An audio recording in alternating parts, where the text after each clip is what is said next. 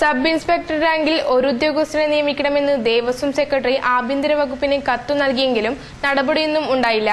ആഭ്യന്തര വകുപ്പിലെയും ദേവസ്വം ബോർഡിലെയും ഒരു വിഭാഗം ഉദ്യോഗസ്ഥരുടെ ഒത്തുകളിയാണ് നിയമനങ്ങളും വിജിലൻസിന്റെ പ്രവർത്തനങ്ങളും തടസ്സപ്പെടാൻ കാരണമെന്ന് ആരോപണമുയരുന്നു. IPS റാങ്കിലുള്ള ഒരു SP-യുടെ നേതൃത്വത്തിലാണ് ദേവസ്വം വിജിലൻസിന്റെ പ്രവർത്തനങ്ങൾ നടക്കുന്നത്. പോലീസിൽ നിന്ന് ഡെപ്യൂട്ടേഷൻ വഴിയാണ് നിയമനം.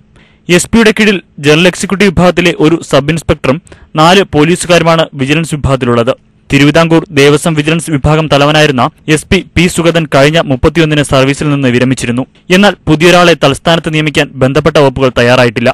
വിജിലൻസ് വിംഗിലെ SI പോസ്റ്റിൽ നിയമനം നടന്നിട്ട് 1.5 വർഷത്തോളമാകുന്നു. സബ് ഇൻസ്പെക്ടർ റാങ്കിൽ ഒരു ഉദ്യോഗസ്ഥനെ നിയമിക്കണമെന്ന് ദേവസ്വം സെക്രട്ടറി ആഭ്യന്തര വകുപ്പിന് കത്തു നൽകിയെങ്കിലും നടപടിയുണ്ടായില്ല. ആഭ്യന്തര വകുപ്പിലെയും ദേവസ്വം ബോർഡിലെയും ഒരു വിഭാഗം ഉദ്യോഗസ്ഥരുടെ ഒത്തുകളിയാണ് നിയമനങ്ങളും വിജിലൻസിന്റെ പ്രവർത്തനങ്ങളും തടസ്സപ്പെടാൻ കാരണമെന്നും ആരോപണമുയരുന്നു. മണ്ഡലകാലമായിട്ടും ദേവസ്വം വിജിലൻസിൽ ഉദ്യോഗസ്ഥരെ നിയമിക്കാത്തതിന് പിന്നിൽ ഗൂഢാലോചനയുണ്ടെന്നും ഒരു വിഭാഗം ആരോപിക്കുന്നു. ശബരിമല സീസണുകളിലാണ് ദേവസ്വം ബോർഡിൽ ഏറ്റവും കൂടുതൽ അഴിമതി നടക്കുന്നത്. അപ്പം അരവണ നിർമ്മാണത്തിൽ നടന്ന വൻ അഴിമതി ദേവസ്വം വിജിലൻസാണ് പുറത്തുകൊണ്ടുവന്നത്. ഇതിന്റെ പേരിൽ ബോർഡിലെ പല ഉന്നതരും അന്വേഷണവും നേരിടുകയാണ്. ഇപ്പോൾ ദേവസ്വം ബോർഡിലെ തന്നെ 2 അസിസ്റ്റന്റ് കമ്മീഷണർമാർക്കാണ് വിജിലൻസിന്റെ ചുമതല. ചുരുക്കി പറഞ്ഞാൽ മണ്ഡലകാലത്ത് വൻ അഴിമതി നടത്താനുള്ള സാഹചര്യമാണ് അധികൃതർ ഒരുക്കിക്കൊടുത്തിരിക്കുന്നത്.